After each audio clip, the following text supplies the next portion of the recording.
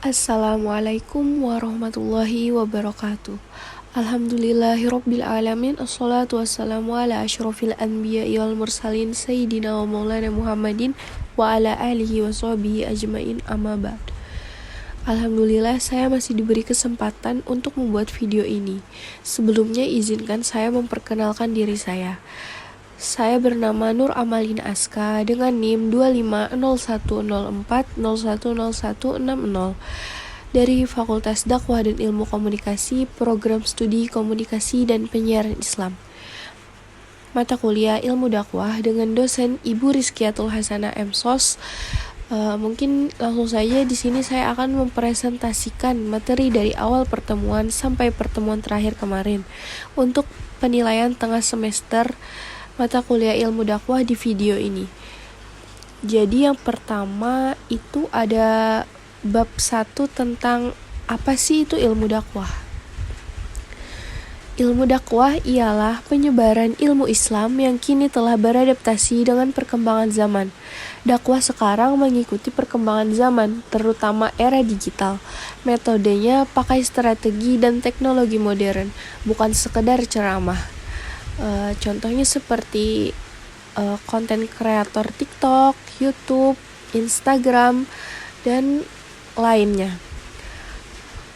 Kemudian fenomena dakwah versus perkembangannya di era digital, dipengaruhi Muslim global, teknologi, dan tantangan isolasi komunitas. Dakwah adaptif via medsos dengan kelompok moderat atau radikal. Landasannya ada di Quran Surah An-Nahl ayat 125, yaitu dakwah dengan hikmah, gak paksaan. Hadis Bukhari juga menyebutkan, sampaikanlah dariku walau 1 ayat, sebar ajaran meski sedikit. Lalu ada adaptif.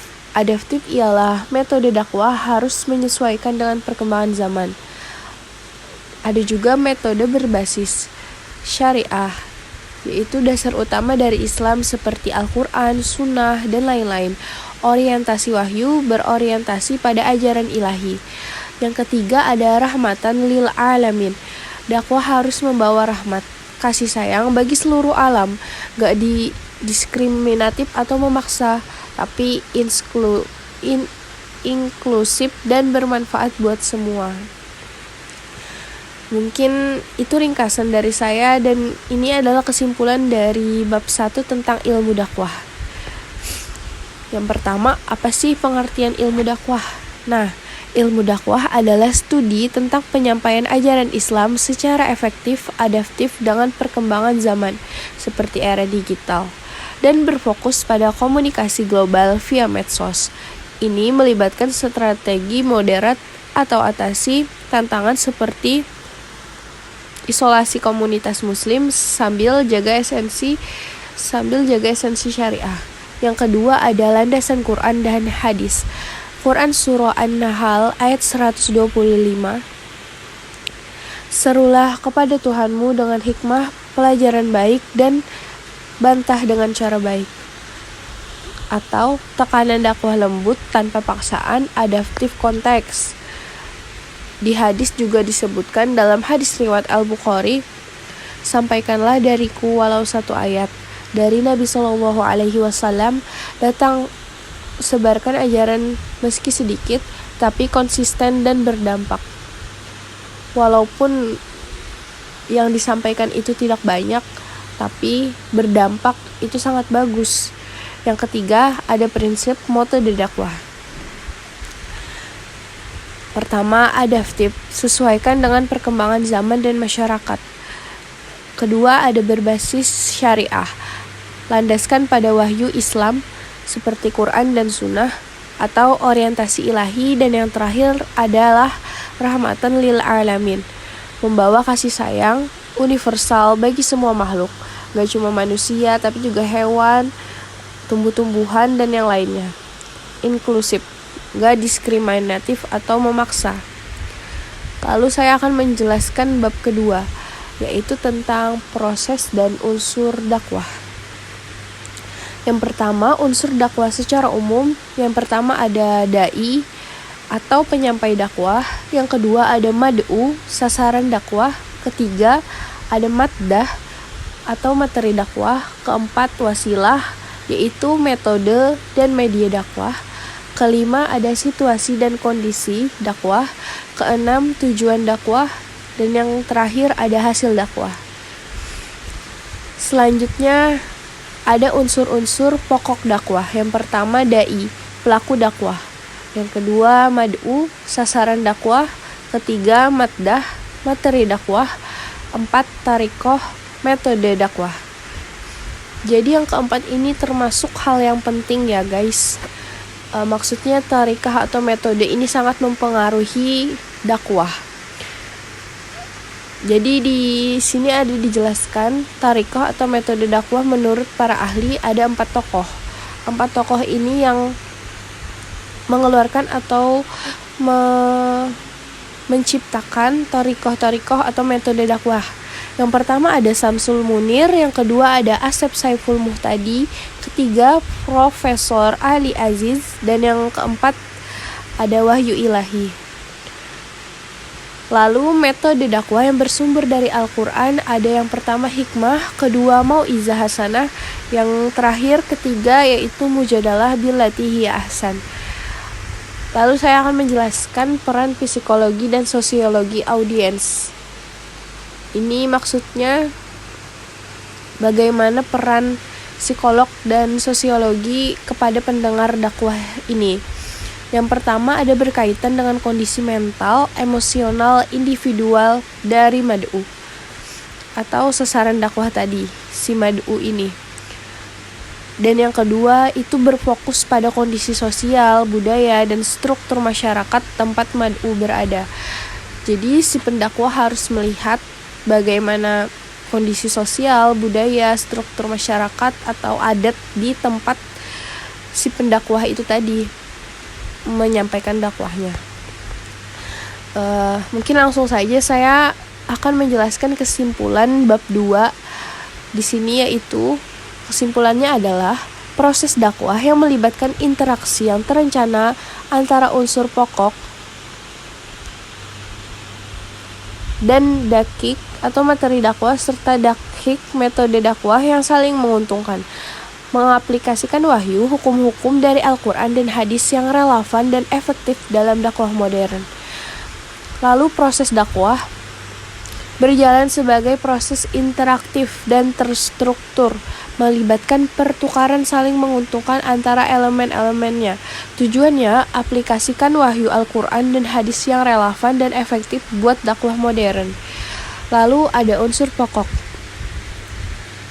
Mau dakwah, niat atau tujuan dasar berdakwah, unsur inti yang memulai proses, materi dakwah, isi atau substansi ajaran yang disampaikan seperti hukum-hukum Islam, metode dakwah, cara penyampaian yang saling menguntungkan, adaptif dan berbasis hikmah, misalnya via medsos atau dialog lembut. Mungkin bisa dipahami dari penjelasan saya di bab 2. Lanjut ke bab 3. Di bab 3 ini berisikan tentang objek ilmu dakwah. Objek ilmu dakwah ada 2. Yang pertama objek material dan objek formal. Mungkin saya akan menjelaskan objek material terlebih dahulu. Objek material merupakan isi dakwah berupa ajaran-ajaran Islam yang bersumber dari Al-Quran, hadis, dan nilai-nilai Islam yang diaplikasikan dalam berbagai dimensi kehidupan. Ini yang disampaikan dalam dakwah. Fokus pada nilai-nilai rahmatan lil alamin, kasih sayang universal buat semua manusia. Bahkan yang lainnya, buat semua makhluk di alam semesta. Lalu yang kedua ada objek formal. Objek formal merupakan proses dan metode penyampaian pesan dakwah agar sampai dengan efektif kepada sasaran dakwah atau mad'u. Orientasinya rahmat bagi alam semesta, jadi nggak kaku, fleksibel, inklusif, dan efektif buat atasi tantangan modern seperti isolasi komunitas. Mungkin kalian masih bingung antara objek material dan objek formal nih. Jadi saya akan menjelaskan perbedaan antara objek material dan objek formal. Objek material berkaitan dengan isi atau materi yang dikaji dalam dakwah. Objek material dakwah fokus ke apa yang jadi bahasan atau sasaran ilmu dakwah, yaitu manusia, individu, kelompok, masyarakat yang didakwahi.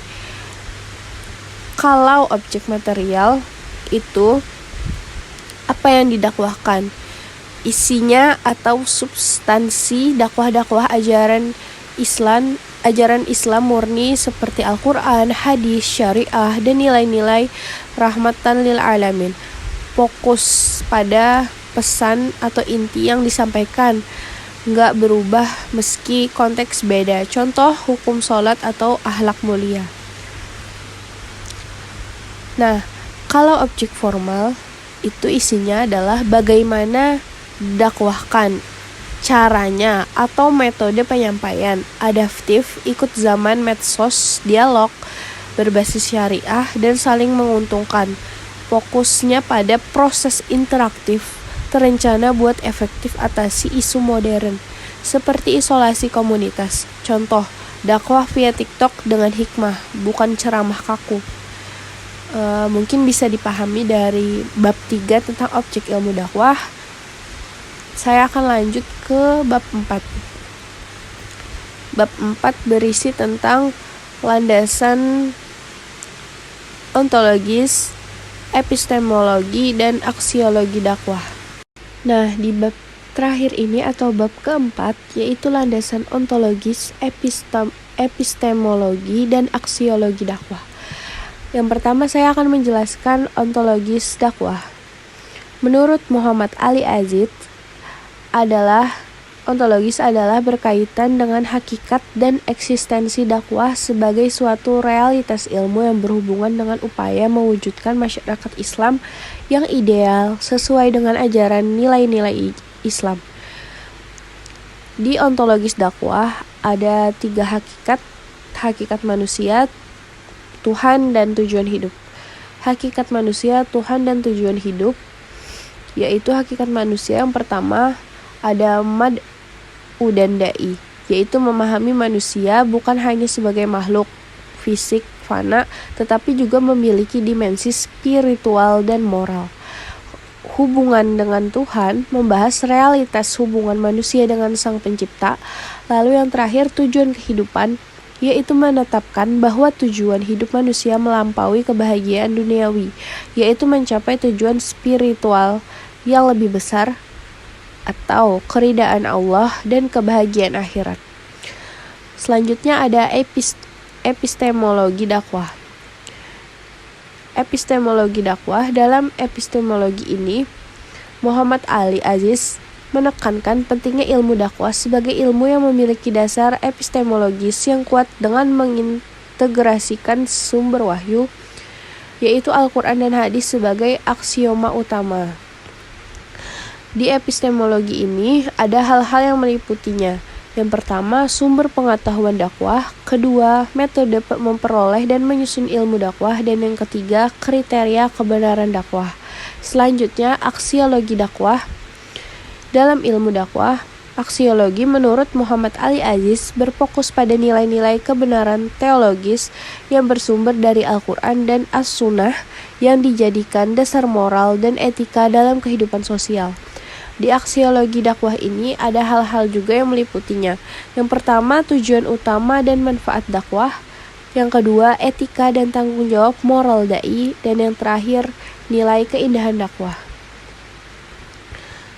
Lalu saya akan membacakan kesimpulan dari bab ini. Kesimpulannya adalah ontologis, hakikat atau asal-usul dakwah. Dakwah adalah proses esensial Islam sebagai rahmatan lil alamin, interaksi terencana antar unsur mau atau naik, materi syariah, metode hikmah, yang saling menguntungkan hakikatnya. Wahyu Quran dan hadis sebagai dasar abadi, adaptif buat dakwah modern efektif, rooted di keberadaan Tuhan yang Maha Pengasih. Yang kedua, epistemologi atau pengetahuan sumber dakwah. Pengetahuan dakwah dari wahyu ilahi atau Al-Quran dan hadis yang relevan. plus interaksi unsur pokoknya. Cara tahunya menganalisis terstruktur proses dakwah, integrasi materi dan metode buat pahami realitas sosial seperti isolasi komunitas. Jadi ilmu yang dinamis dan berbasis syariah. Yang terakhir ada aksiologi, yaitu nilai atau tujuan dakwah. Nilai utama yaitu relevan, efektif, dan bermanfaat, saling untung buat umat dan masyarakat. Tujuannya aplikasikan wahyu buat dakwah modern yang membentuk akhlak mulia, atasi isu kontemporer, dan sebarkan rahmat universal, bukan paksaan tapi undangan hikmah.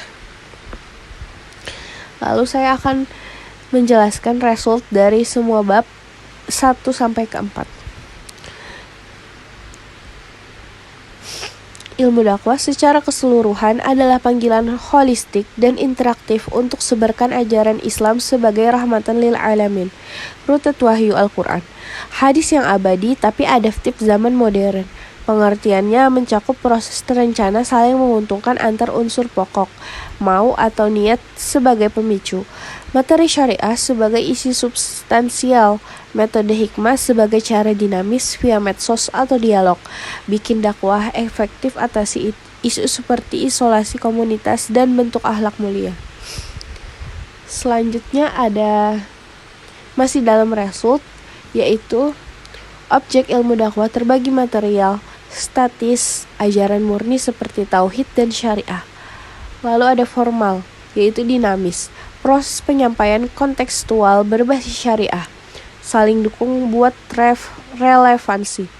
Filosofinya, ontologis sebagai hakikat esensial dari Tuhan Maha Pengasih.